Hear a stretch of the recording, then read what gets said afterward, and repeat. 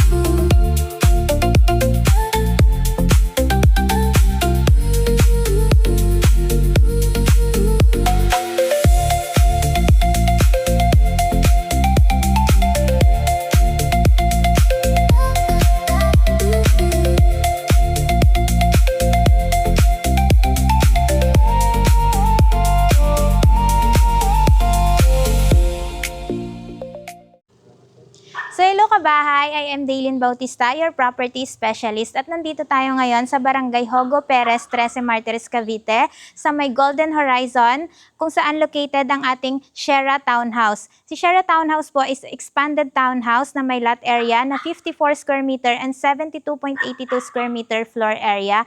Provision po ito for 3 bedrooms, may 2 toilet and bath at may malawak na carport. So tara kabahay, pasukin natin ang ating actual turnover dito sa Shera Townhouse.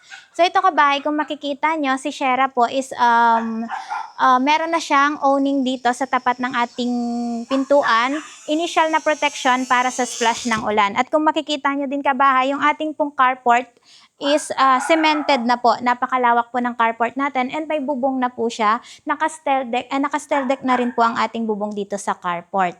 Then, meron pa tayo ditong space, pwede nyong gawin pocket garden. So, tara, pasok tayo kabahay sa ating actual turnover.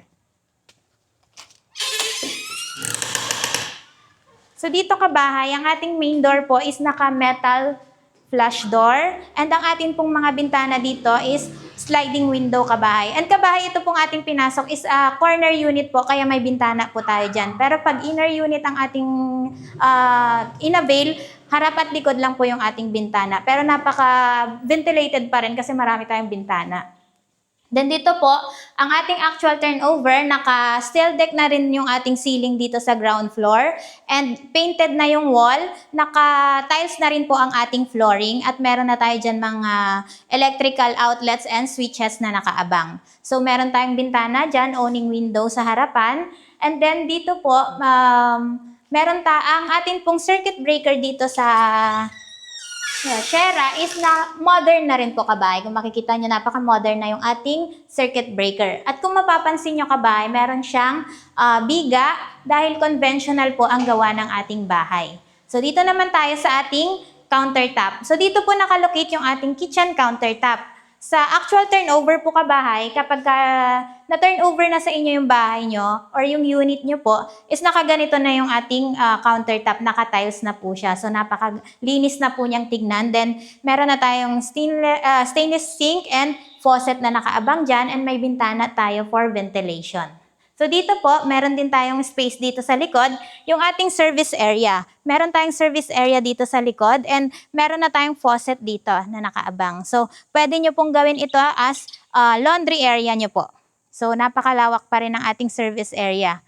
At meron na rin tayong owning dyan, then meron tayong receptacle para pwede nyong lagyan ng ilaw. So high ceiling din po ang ating Shera Townhouse, kaya napaka-ventilated po ng ating bahay. So pasok tayo dito, tingnan natin yung toilet and bath. So ayan kabahay, dito naman sa ating toilet and bath is napaka-spacious din ng ating toilet and bath. Kung mapapansin niyo din, naka-tiles na. Ito na rin po yung ang turnover ng ating toilet and bath. Yung tiles na kabahay, tingnan nyo, napakataas na. Mataas na yung tiles ng ating toilet and bath. At complete accessories po yan kabahay. Meron tayong shower head, soap holder, lavatory and water closet meron tayo dito. Then, meron na rin pong salamin dito sa tapat ng ating lavatory at may bintana po tayo dyan for ventilation. Then, ang ating pong pintuan dito is plastic PVC. So, hindi po tayo kahit mabasa siya araw-araw, hindi po yan mabubulok basta-basta. Then, dito naman tayo sa second floor kabahay. Sa second floor, yung atin pong hagdan is combination po yan ng wood, steel, and ang atin pong railings is tubular na po. So, akyat po tayo sa second floor.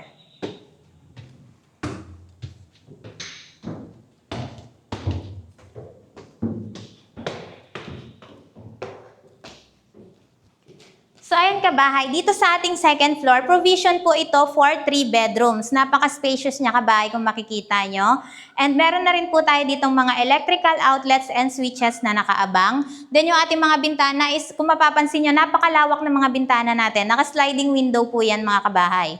Then, dito sa likod, meron tayong bintana dito. And may provision for window type aircon po. Then, meron pa tayong isang toilet and bath dito sa second floor. Pasukin naman natin kabahay.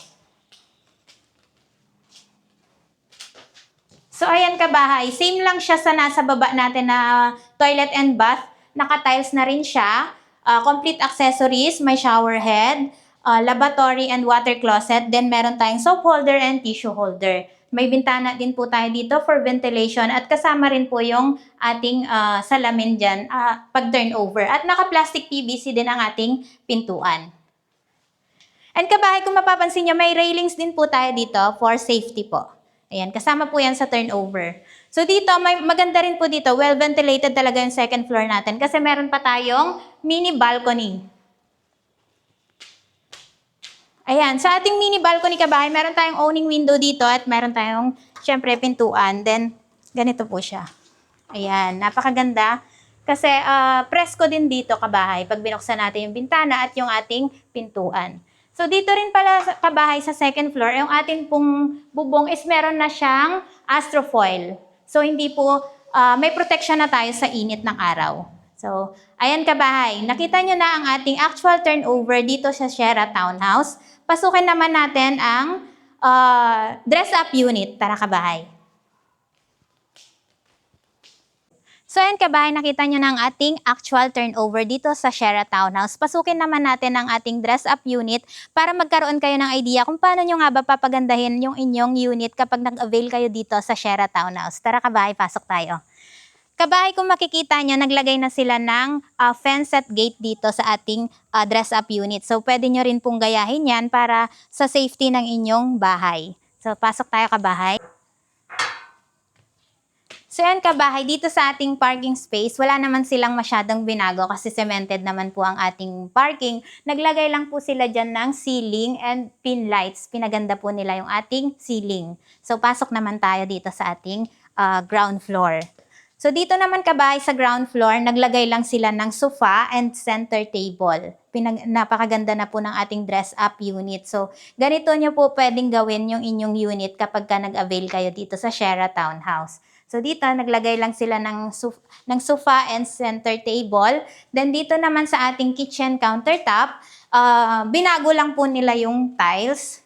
Ayan, mas naging bright yung color niya. Wala naman silang masyadong nilagay. Naglagay lang po sila ng cabinet dito. And then dito po sa baba.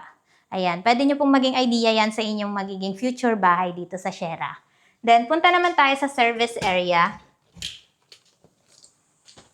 Ayan, dito sa service area, pinasemento na rin po nila yung ating flooring dito. And naglagay na po sila ng fence.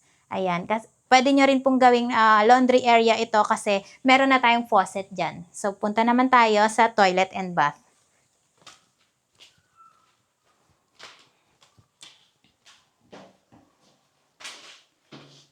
So dito kabahay sa toilet and bath, binago lang din nila at saka binuo na nila yung tiles ng toilet and bath. So pinaganda nila yung ating yung tiles dito sa toilet and bath, and as is pa rin naman meron tayong salamin, yung mga accessories natin nandito pa rin naman, and ganun pa rin po yung ating pintuan, hindi naman nila binago. So doon naman tayo sa dito po pala, meron silang ginawa dito sa ilalim ng hagdan. Naglagay sila ng parang storage room dito sa ilalim ng hagdan. So, mas na-maximize yung space kasi meron pa tayong storage room na pwedeng gawin dito sa ilalim ng hagdan.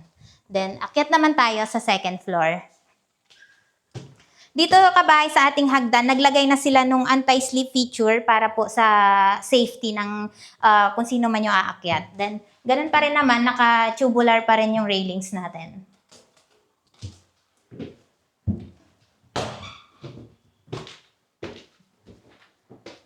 So dito kabahay sa second floor, ang nilagay nila sa flooring is nilagyan na nila ng vinyl.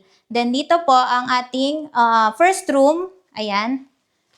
Naglagay sila ng queen size na bed. So napakalawak pa rin. Meron tayong table dito sa gilid at naglagay lang sila ng mga accessories. Din yung ating ceiling is nilagyan na nila ng pin lights at pinaganda nila yung ceiling. Then, yun nga yung kanina yung provision natin for window type aircon, naglagay din sila. Then, meron tayo ditong built-in cabinet.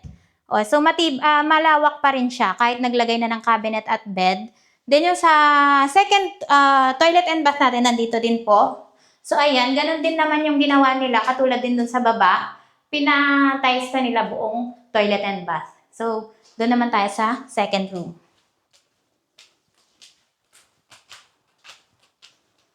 So, dito naman sa ating second room, ganun din, naglagay sila ng built-in cabinet tsaka table dito. Ayan, napakaganda ng ginawa nila dito. Then, meron tayong double deck na bed dito.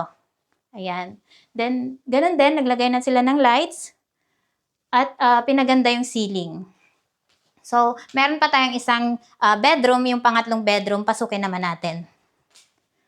Ayan. So, dito sa third bedroom, ito po yung access natin dito sa ating mini balcony. Naglagay din sila ng cabinet dyan and may table tayo dyan. At may queen size bed din. So, napakalawak pa rin niya kahit queen size na tong bed natin. Then, naglagay lang din po sila ng mga accessories dyan. So, ganyan po nila pinaganda yung ating dress-up unit. So, pwede nyo po itong gayahin or pwede nyo po itong gawing idea para sa inyong future bahay. So, ayun kabahay, nakita nyo ng ating actual turnover. Pag-usapan naman natin ang price kung magkano nga ba si Sierra Townhouse. So, ayun kabahay, nakita nyo na ang ating actual turnover at dress-up unit. So, napakaganda ng ating Sierra Townhouse kabahay. Perfect po sa mga growing families or gusto mag-invest dito sa 13 Martires, Cavite. At napaka-accessible po ng location ni Sierra Townhouse dahil located po ito sa Barangay Hogo Perez, 13 Martires, Cavite. So, ipa-flash ko dito kabahay yung price ng ating Sierra Townhouse from total contract price up to the required income. So, kung pasok ito sa budget nyo kabahay, i-message nyo lang ako sa aking number na naka-flash sa screen or sa aking social media na nasa comment section. At kung bago ka lang sa aking channel, please like, share, and subscribe and hit the bell button para updated ka sa mga bagong videos ng full house tour katulad nito. I am Daylin Bautista, your property specialist, your bridge to your dream home. See you!